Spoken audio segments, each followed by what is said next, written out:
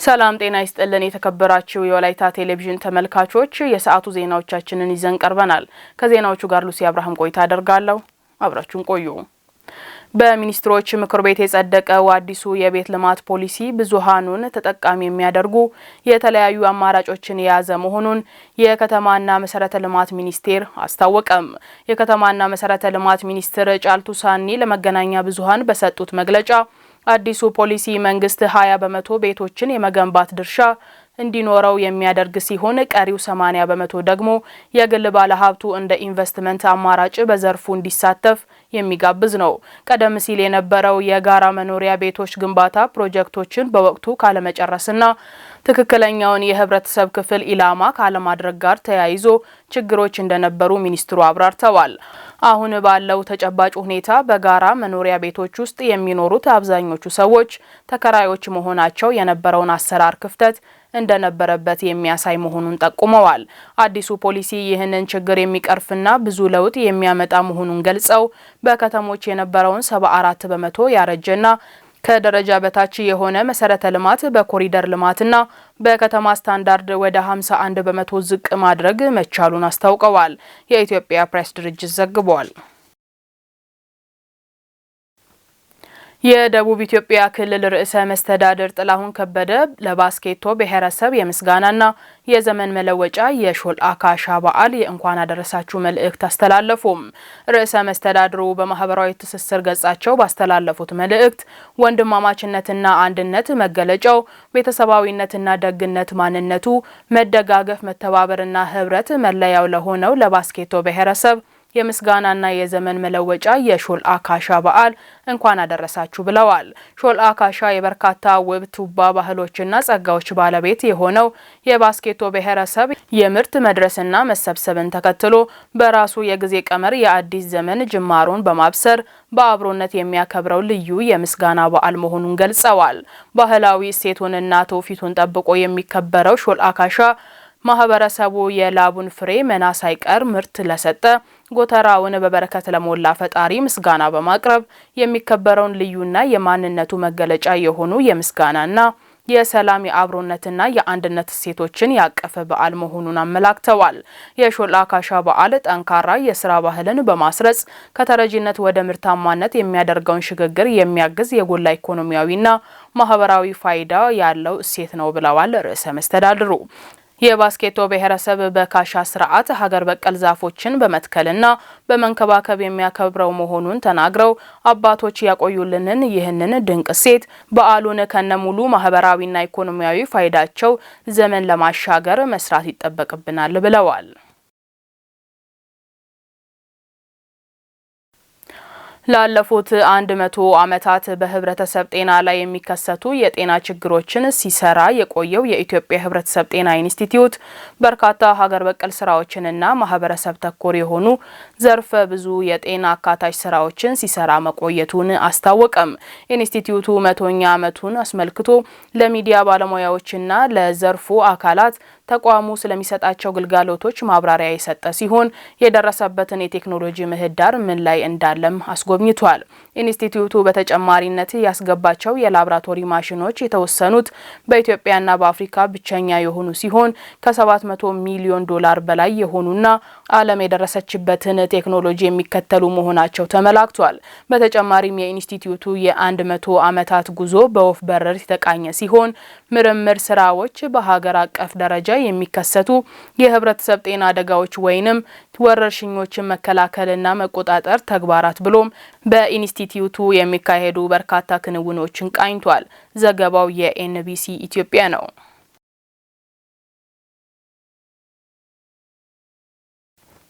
በዝርዝር ወደምንመለከታቸው ዜናዎቻችን ተሻገርን። የዳንጎሬ መስኖ ግድብ ተጠቅመው ጓሮ አትክልትና ሰብል በማምረት የኑሮ ዘይቤያቸውን እያሻሻሉ መሆናቸውን በባይራ ኮይሻ ወረዳ የቃናፋ ጎዴራና የቡካማ ቀበሌ አርሶ አደሮች ተናገሩ። የግድቡን ውሃ መነሻ በማድረግ በታችኛው የተፋሰስ አካባቢዎች ከ120 ሄክታር መሬት በላይ በመስኖ ለማልማት የታቀደው ከግብ እንዲደርስ በትኩረት እንደሚሰሩ የወረዳው ዋና አስተዳዳሪ አቶ አዝማቹ ዳዊት ገልጸዋል። ተገኝ ሰይፉ ያጠናቀረውን ዘገባ ውብሸት ጳውሎስ ያቀርበዋል።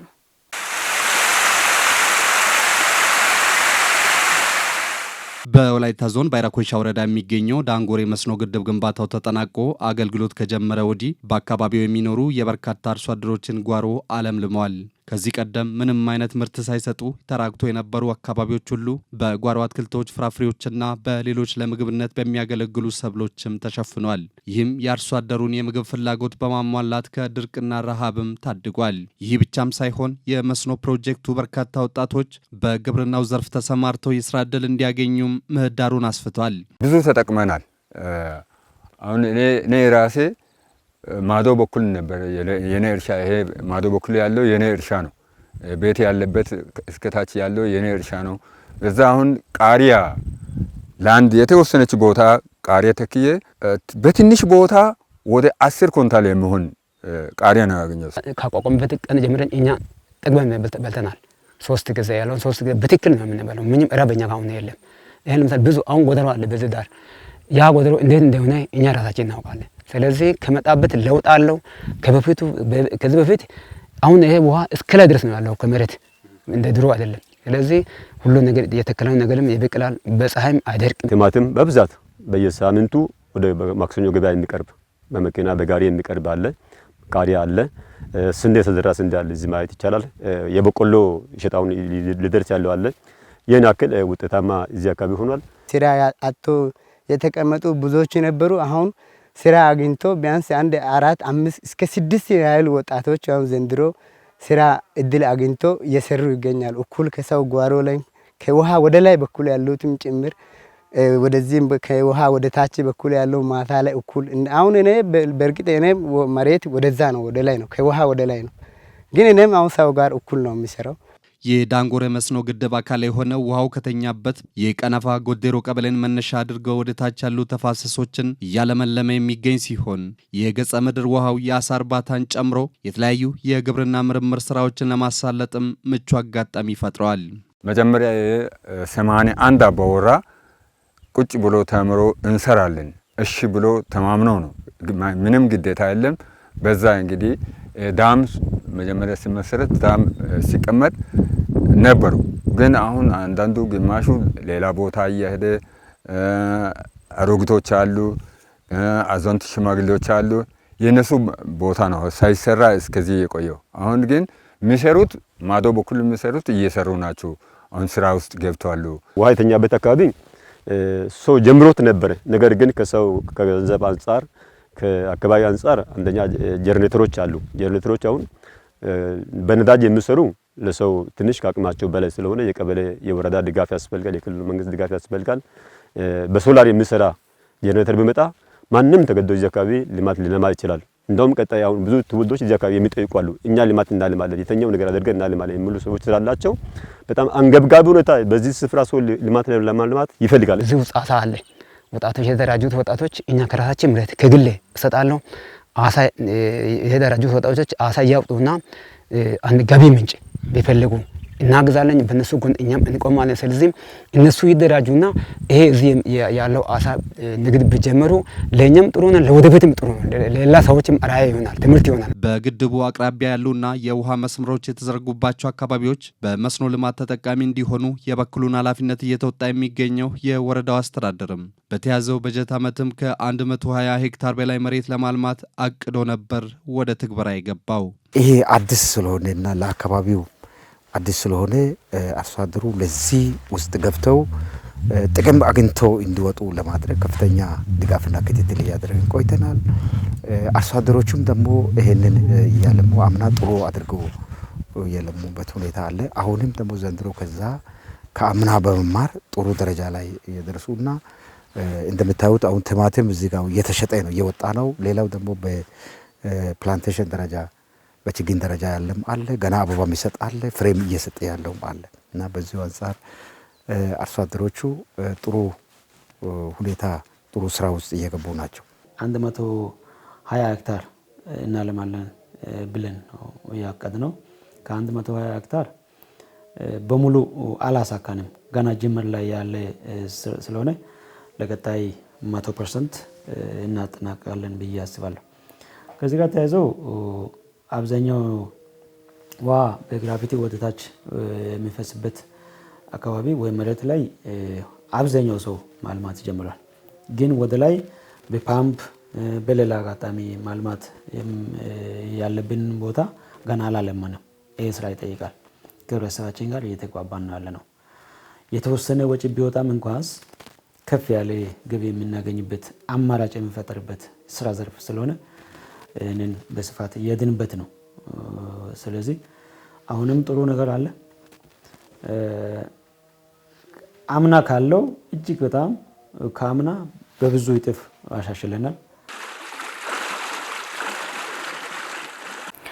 የኢትዮጵያ ንግድ ባንክ ዲላ ዲስትሪክት አርሶ አደሮችን ተጠቃሚ የሚያደርግ የብድር አገልግሎት ለማቅረብ ከቡርጂ ዞን ግብርና መምሪያ ጋር የመግባቢያ ስምምነት ተፈራረሙ። በብድር አገልግሎት ማስጀመሪያ በመግባቢያ ስምምነት መርሃ ግብር ላይ የዞኑ ምክትል አስተዳዳሪና የፋይናንስ መምሪያ ኃላፊ አቶ ኮሬ አዶ የዞኑ 95% አርሶ አደር በሆኑ ንግድ ባንኩ ለአርሶ አደሩና አርብቶ አደሩ ማቅረብ የጀመረውን የብድር አገልግሎት የዘርፉ ምርታማነት ለማሳደግ እንደሚረዳ አስታውቀዋል። ዘርፉን ለማዘመንና ለማሳደግ የማሽነሪ ግዢ ብድርና የመሳሰሉት ለአርሶ አደሩ እርሻውን ከማዘመንና ምርታማነትን ከመጨመር አኳያ ጠቀሜታው የጎላ መሆኑን ተናግረዋል። በኢትዮጵያ ንግድ ባንክ የዲላ ዲስትሪክት ዳይሬክተር አቶ ሙሴ ከበደ የኢትዮጵያ ንግድ ባንክ ከዚህ ቀደም የነበረውን ለንግድ ስራ ብቻ ብድር ይሰጥ የነበረውን አሰራር ቀይሮ 85% ለሆነ አርሶ አደርና አርብቶ አደርን ተጠቃሚ ለማድረግ በሰብል ልማት፣ በእንስሳት ድለባ፣ እርባታ፣ የማሽነሪ ግዢና በሌሎች በ6 የግብርና ዘርፎች የሚሰጥ ይሆናል ብለዋል። አንድ አርሶ አደር ብድር ሲቀበል ከ25 እስከ 35% ቁጠባ ሊኖር እንደሚገባና ቀሪውን ባንኩ የሚሸፍን መሆኑን ጠቁመው አርሶ አደሮች በሰብል ልማት ስራ ከ2 እስከ 30 ሄክታር መሬት ማስያዣ ሊኖራቸው ይገባል ብለዋል። የመግባቢያ ስምምነቱን የተፈራረሙት የዞኑ ግብርና መምሪያ ኃላፊ አቶ ሁሴን አብደላ በበኩላቸው ለአርሶ አደሩ የሚደረገው የብድር ስምምነት ወደ ዘመናዊ የማሽነሪ እርሻ ለመቀየር ከፍተኛ አስተዋጽኦ እንዳለው አመላክተዋል። ደቡብ ሬዲዮና ቴሌቪዥን ድርጅት ዘግቦታል። በክልሉ የሚታዩ የጸጥታ ችግሮችን በአጭር ጊዜ ውስጥ ለመፍታት በትኩረት እየተሰራ መሆኑን የማዕከላዊ ኢትዮጵያ ክልል ሰላምና ጸጥታ ቢሮ ገለጸ።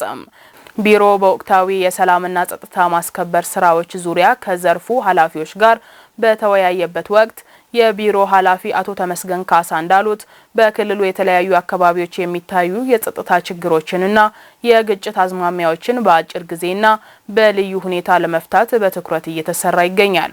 በክልሉ እንደ ሀገር የተቀመጡ የሰላምና ጸጥታ ማስጠበቅ አቅጣጫዎች መነሻ በአንዳንድ አካባቢዎች የሚታዩ የጸጥታ ችግሮችና የግጭት ትንኮሳዎች በማስወገድ ሰላማዊ ከባቢ ለመፍጠር በቅንጅት ይሰራል ብለዋል።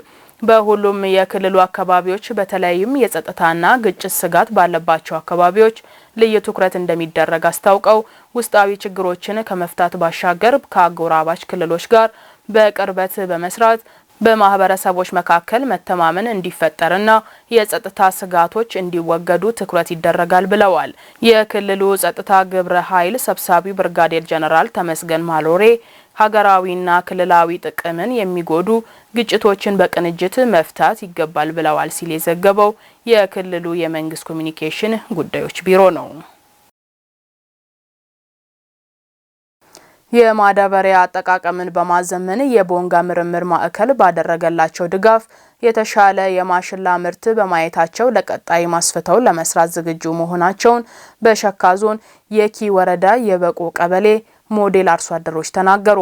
የቦንጋ ግብርና ምርምር ማዕከል ከየኪ ወረዳ ግብርና ጽሕፈት ቤት ጋር በመተባበር በማዳበሪያ አጠቃቀም ማሻሻልና ማዘመን ላይ የመስክ ጉብኝት ባካሄደበት ወቅት በምርምር ማዕከሉ የተፈጥሮ ሀብት ምርምር ዳይሬክተርና የአፈር ለምነት ተመራማሪ ወይዘሮ ቆንጂት አብርሃም የአፈር ማዳበሪያ አጠቃቀም ስራን ለማሻሻልና ለማዘመን በየኪ ወረዳ በማሽላ ሰብል ላይ ምርትና ምርታማነትን ከፍ ለማድረግ የቅድመ ማዘመን ስራ እየተሰራ ነው ብለዋል።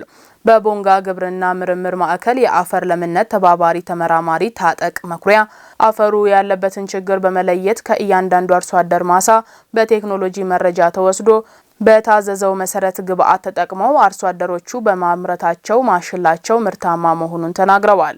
የየኪ ወረዳ ግብርና አካባቢ ጥበቃና ህብረት ስራ ጽሕፈት ቤት ምክትል ኃላፊ አቶ መልካሙ ተስፋሁን የቦንጋ ግብርና ማዕከል ለአርሶ አደሩ እየሰራ ስላለው ስራ መስግነው በቀጣይ ይህንን በኩታ ገጠም በወረዳው በተለያዩ ቀበሌዎች ለማስፋት ይሰራልም ብለዋል።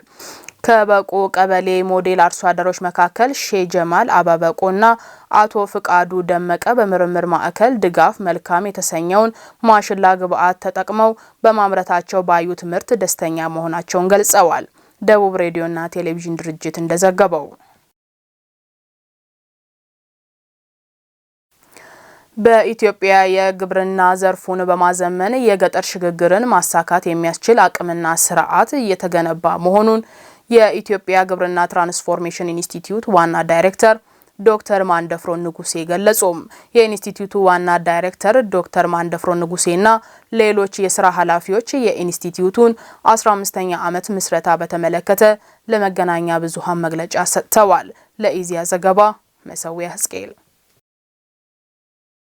ዋና ዳይሬክተሩ ዶክተር ማንደፍሮ ንጉሴ በመግለጫቸው ኢንስቲትዩቱ የኢትዮጵያን የግብርና የእድገትና የትራንስፎርሜሽን ጉዞን ለማፋጠን የተቋቋመ መንግስታዊ ተቋም መሆኑን ገልጸዋል። የዘርፉን ችግሮች በጥናት መለየትና የመፍትሄ ሀሳብ ማቅረብ፣ ውጤታማ ሙከራዎችን ማስፋፋት፣ በፖሊሲ ጥናትና በአሰራር ስርዓት የትግበራ ድጋፍ የማድረግና ቅንጅትና ትስስርን የመፍጠር ተልዕኮውን እየተወጣ መሆኑን ገልጸዋል። በዚህም ባለፉት ዓመታት ግብርናውን ወደ ላቀ ምዕራፍ የሚያሸጋግርና የገጠር ሽግግርን በተሟላ መልኩ ለማሳካት መሰረት የሚሆን አቅምና ስርዓት እየተገነባ መምጣቱን ተናግረዋል። የግብርናና ገጠር ሽግግርን በመፍጠር ሀገርን የማበልጸግና የኢኮኖሚ መዋቅራዊ ሽግግርን ማሳካት የሚያስችል ፍኖተ ካርታ በመቅረጽ የጎላ አበርክቶ እየተወጣ ነው ብለዋል። የኢንስቲትዩቱ ግብ የግብርና ሽግግር መፍጠር ነው ያሉት ዋና ዳይሬክተሩ የአገልግሎትና ኢንዱስትሪውን ሚና ማላቅ የሚያስችል ጥናት እንደሚያደርግም ገልጸዋል። የገጠር ሽግግርን ለመፍጠር የአርሶ አደሩን ምርትና ምርታማነት ማሳደግና የተቋማትን አቅም መገንባት ይገባል ብለዋል። ከግብርና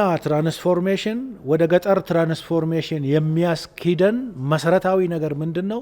ትርፍ ምርት ነው። ትርፍ የተመረተ ምርት ወደ ገበያ መሄድ አለበት። ወደ ገበያ እንዲሄድ ምን ይፈልጋል? መንገድ ይፈልጋል። እስከሚሄድ ድረስ ምን ይፈልጋል? መጋዘን ይፈልጋል።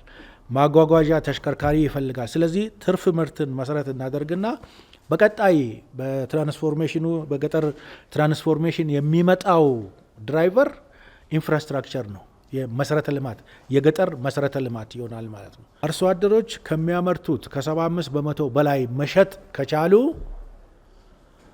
ትራንስፎርሜሽን እውን ሆነ ማለት ነው። የገጠር ሽግግሩን እውን ለማድረግ በክልሎች ያለውን አስቻይ ሁኔታ አቅምና ችግሮችን በጥናት መለየትና እንዴት ሽግግር ማድረግ እንዳለባቸው አቅም እንገነባለን ነው ያሉት። የግብርና ሽግግር ወደ ገጠር ሽግግር አደገ የሚባለው አርሶ አደሩ ከሚያመርተው ውስጥ 75 በመቶ ትርፍ ምርት ለገበያ ማቅረብ ሲችል መሆኑን ገልጸዋል። ለዚህ ደግሞ የዲጂታል ቴክኖሎጂን በግብርና ዘርፍ መጠቀም ወሳኝ መሆኑን በማንሳት ይህም ከግብዓት አጠቃቀም ጀምሮ አርሶ አደሮች ውጤታማ የግብርና ስራን እንዲተገብሩ ያስችላል ብለዋል። ዲጂታል ላይ ጥሩ ስታተስ ላይ ነን ብለን እንገምታለን። መረጃ ከብዙ ቦታ እናጠናቅራለን። ትልቁ የግብርና መረጃ ምንድነው? የአፈር መረጃ ነው። ኔሽን ዋይድ አፈር ለምነትና ጤንነትን ማፕ አድርገናል። ለሁሉም ክልሎች አሰራጭተናል። ያ መረጃ አለን። ሁለተኛ የሚያስፈልገ ለግብርና ውሃ ነው። ይሄ ደግሞ የከርሰ ምድር ውሃን ማፕ አድርገን ጨርሰናል።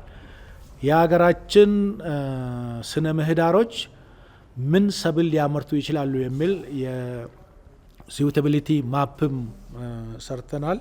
በኢንስቲትዩቱ የቴክኖሎጂና ዲጂታል ኢኖቬሽን ዘርፍ ዳይሬክተር ዶክተር ግሩም ከተማ በበኩላቸው የአርሶ አደሮች ፕሮፋይል ከክልል ጀምሮ በተዋረድ በፋይዳ መታወቂያ አማካኝነት በዲጂታል ቴክኖሎጂ እየተመዘገበ መሆኑን ገልጸዋል። ከዚህም ባሻገር አርሶ አደሮች የግብርና መረጃዎችን በቀላሉ የሚያገኙበት በተለያዩ ቋንቋዎች የተዘጋጀና 8028 አጭርና ነጻ የጥሪ መስመር ስራ ላይ መዋሉን ተናግረዋል። በዚህም ከ7 ሚሊዮን በላይ ተጠቃሚዎች መመዝገባቸውንና ከ67 ሚሊዮን በላይ ጥሪዎችን ከአርሶ አደሮችና የልማት ሰራተኞች ተቀብሎ ማስተናገድ መቻሉን ጠቅሰዋል። የዚህ ፕሮጀክት ዋናው ዓላማ አንዱ አርሶ አደር አንድ ዳታቤዝ ውስጥ አንድ ጊዜ ብቻ ይመዘገባል። ምን እንደሚሰራ፣ ምን አይነት መሬት እንዳለው ይመዘገባል። ከዛ በኋላ የምክር አገልግሎትም ሊሆን ይችላል፣ የብድር አገልግሎት ሊሆን ይችላል፣ ሌላም ነገር እንዲያገኝ ማስቻል ነው ማለት ነው እና ይህንን ስንሰራ የግድ አርሶ አደሩ ዩኒክሊ አይደንቲፋይ መደረግ አለበት ስለሚባል ያንን ደግሞ ዩኒክ መሆኑን ለማረጋገጥ በስም አይቻልም፣ በሰፈር አይቻልም፣ በስልክ ቁጥር አይቻልም። አንድን ሰው ዩኒክሊ አይደንቲፋይ የምናደርግበት አሁን ያለን እድል ምንድነው? ፋይዳ አይዲ ነው። ስለዚህ ከፋይዳ አይዲ ጋር እያስተሳሰርን እየመዘገብን ነው። የኢንስቲትዩቱ የኮሚኒኬሽን ዳይሬክተር ዶክተር ብሩክታዊት እጅጉ ኢንስቲትዩቱ ባለፉት 15 ዓመታት ከ400 በላይ ጥናቶችን በማከናወን 80 በመቶውን ተግባራዊ ማድረጉን አስታውቀዋል። በዚህም ዓለም አቀፍ ጥናትን መሰረት ያደረጉ ከ70 በላይ ፕሮጀክቶችን ቀርጾ በ7 ክልሎች መተግበሩን ገልጸዋል። አርሶ አደሮች የአየር ንብረት ለውጥ ተጽዕኖን በመቋቋም ምርታማነትንና ገበያቸውን ማሳደግ የሚችሉበት ፕሮጀክት መኖሩንም ተናግረዋል። ግብርናን አዋጭና ሳቢ በማድረግ የወጣቶችን ተሳትፎ ለማሳደግ ከ600 ሺህ በላይ ወጣቶችን ማሳተፍ የሚያስችል የአደይ ፕሮግራም በመተግበር ላይ ነው ብለዋል። 2023 ላይ አግሪካልቸር ፎከስድ ዲግኒፋይድ ኤምፕሎይመንት ፎር ዩዝ ኢን ኢትዮጵያ የተባለው በስራ ፈጠራ ላይ በተለይ ደግሞ ወጣቶችን በግብርና ስራ ላይ የማሳተፍ ሀሳብ ይዞ የተነሳው ፕሮግራማችን ታርጌቱ ከ600 ሺህ በላይ ወጣቶችን በግብርና ስራ በግብርና ሙያ ማሰማራት ነው። አርሶ አደሩ መረጃን አግኝቶ ራሱ ካስተራረስም ሌሎቹንም እስከ ገበያ ድረስ በዲጂታል የታገዘ ስራዎችን እንዲሰራ የማድረጉም ኃላፊነት የኤቲአይ ነው ማለት ነው። ያንን ለማድረግ ራሱ ሮድማፕ ቀርጾ ሮድማፑን ላውንች አድርጎ እየሰራ ይገኛል። ዘገባው የኢዜአ ነው።